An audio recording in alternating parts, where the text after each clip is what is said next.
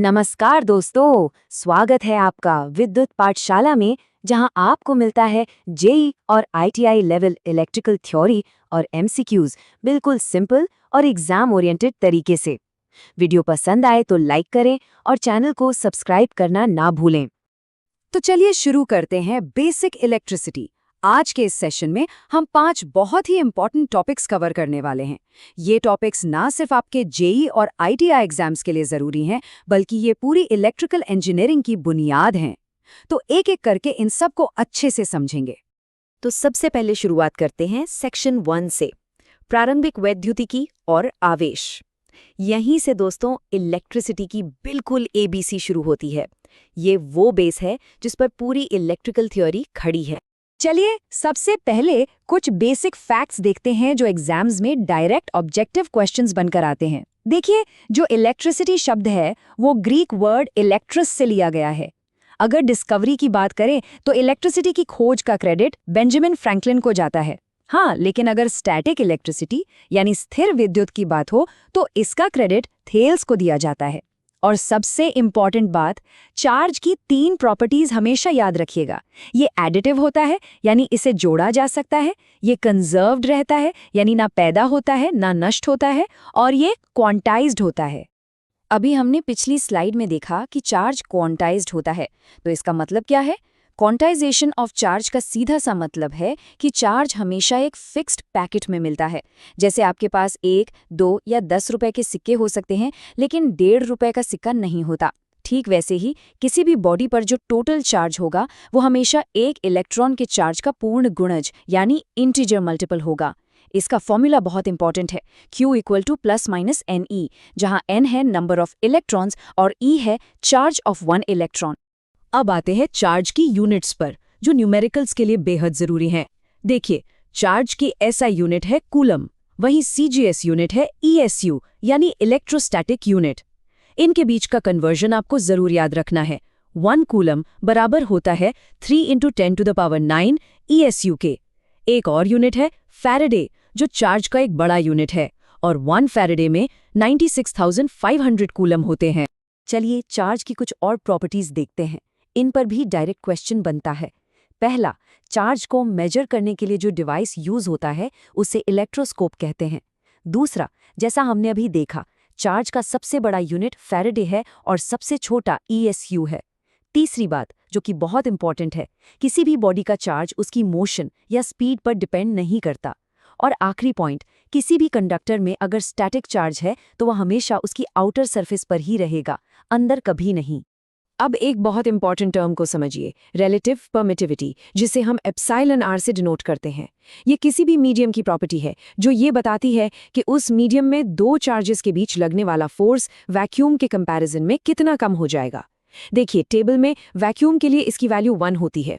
Air के लिए भी हम इसे लगभग 1 ही मान लेते हैं, 1.00054।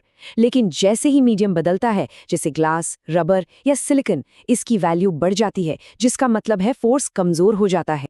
तो ये था हमारा पहला सेक्शन। अब आगे बढ़ते हैं सेक्शन 2 की तरफ, जिसमें हम पढ़ेंगे इलेक्ट्रोस्टैटिक्स के 2 सबसे fundamental laws, Coulomb's and Gauss's law.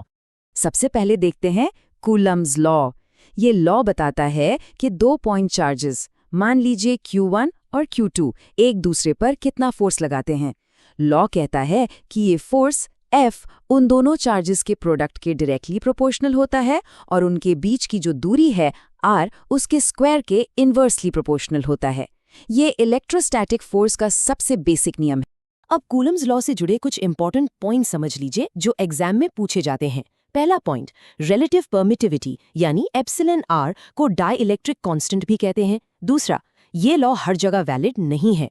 अगर 2 चार्जेस के बीच की दूरी बहुत ही कम हो, 10⁻⁻15 मीटर से भी कम, तो वहां न्यूक्लियर फोर्स काम करता है, कूलम्स लॉ नहीं। तीसरा पॉइंट, ये लॉ ग्रेविटेशनल फोर्स से मिलता जुलता है। और चौथा, सबसे जरूरी, कूलम्स लॉ सिर्फ पॉइंट चार्जेस के लिए ही एप्लीकेबल है। कूलम्स लॉ के बाद अब आते हैं गाउसेस लॉ पर। ये लॉ एक क्लोज्ड सरफेस से निकलने वाले टोटल इलेक्ट्रिक फ्लक्स और उस सरफेस के अंदर बंद टोटल चार्ज के बीच एक रिलेशन बताता है। यहाँ आप इसके इंटीग्रल और डिफरेंशियल दोनों फॉर्म्स देख सकते हैं। एक बात हमेशा याद रखें कि कूलम्स लॉ और गाउसेस लॉ दोनों ही स्टैटिक इलेक्ट्रिसिटी यानी जब चार्ज रुका हुआ हो तभी अप्लाई होते हैं। चलिए अब हम आते हैं अपने तीसरे सेक्शन पर। अभी तक हमने चार्ज की बात की, लेकिन ये चार्ज आता कहाँ से है? इसके लिए हमें जाना होगा बिल्कुल माइक्रो लेवल पर और समझना होगा स्ट्रक्चर ऑफ द एटम यानी परमाणु की संरचना। तो जैसा कि आप इस डायग्राम में देख रहे हैं, हर एटम के सेंटर में एक न्यूक्लियस होता है। इस न्यूक्लियस के अंदर होते हैं प्रोटॉन्स और न्यूट्रॉन्स, और इस न्यूक्लियस के चारों तरफ अलग अलग ऑर्बिट्स या शेल्स में इलेक्ट्रॉन्स चक्कर लगाते रहते हैं।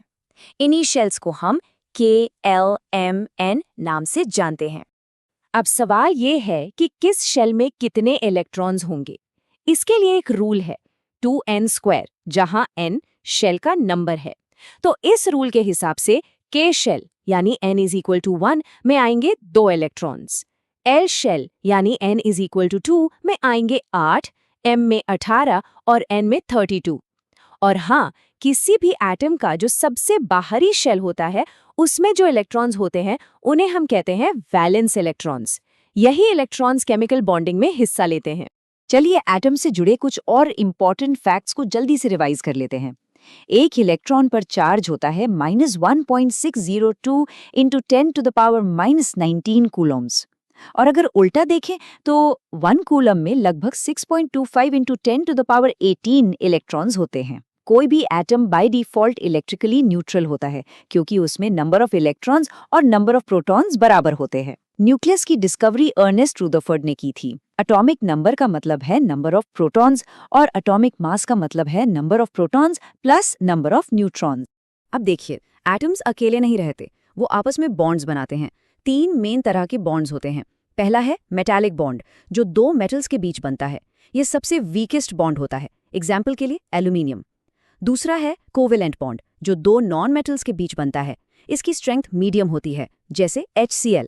और तीसरा है आयोनिक बॉन्ड, जो एक मेटल और एक नॉन मेटल के बीच बनता है।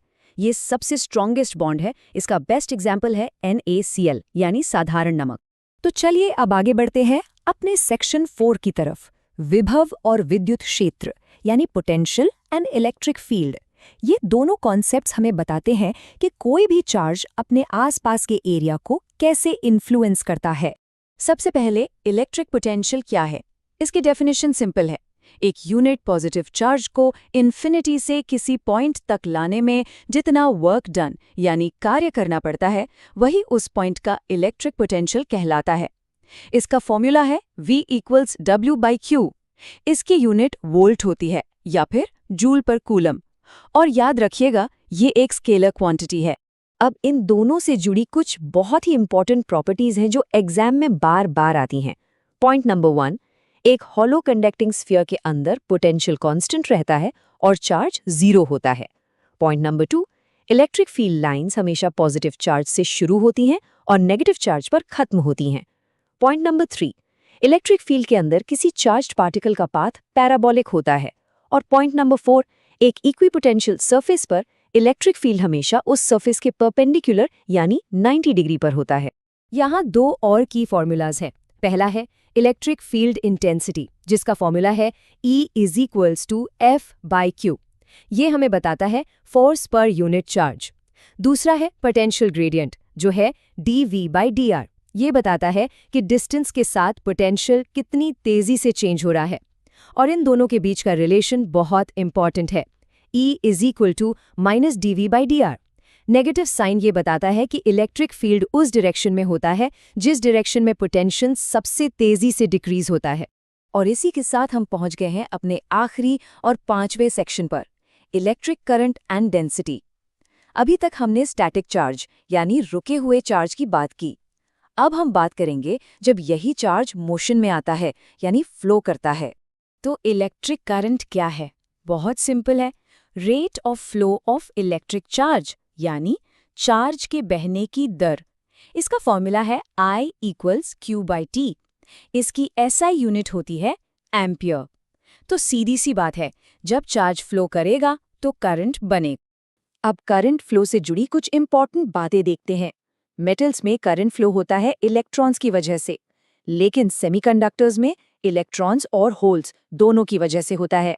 करंट की डायरेक्शन हमेशा हाई पोटेंशियल से लो पोटेंशियल की तरफ होती है। जिस एवरेज वेलोसिटी से इलेक्ट्रॉन्स आगे बढ़ते हैं उसे कहते हैं ड्रिफ्ट वेलोसिटी। और यहाँ एक बहुत ही इंटरेस्टिंग फैक्ट है, इलेक्ट्रॉन की ड्रिफ्ट वेलोसिटी बहुत स्लो होती है, लगभग 10⁻⁻5 मीटर पर सेकेंड। लेकिन जो इलेक्ट्रिक करंट की स्पीड होती है वो स्पीड ऑफ लाइट के बराबर होती है, 3 × 10⁸ मीटर पर सेकेंड। तो इसके साथ ही हमारा आज का ये सेशन यहाँ खत्म होता है, लेकिन मैं आपको एक सवाल के साथ छोड़कर जा रहा हूँ। सोचिएगा जरूर, अगर इलेक्ट्रॉन्स इतनी धीमी रफ्तार से चलते हैं तो फिर स्विच ऑन करते ही बल्ब इंस्टेंटली कैसे जल जाता है? कैसे पावर हम तक लगभग लाइट की स्पीड से पहुंच जाती है? इस प्रिंसिपल के बारे में सोचिए। इसके जवाब के साथ हम मिलेंगे अगले सेशन में। धन्यवाद।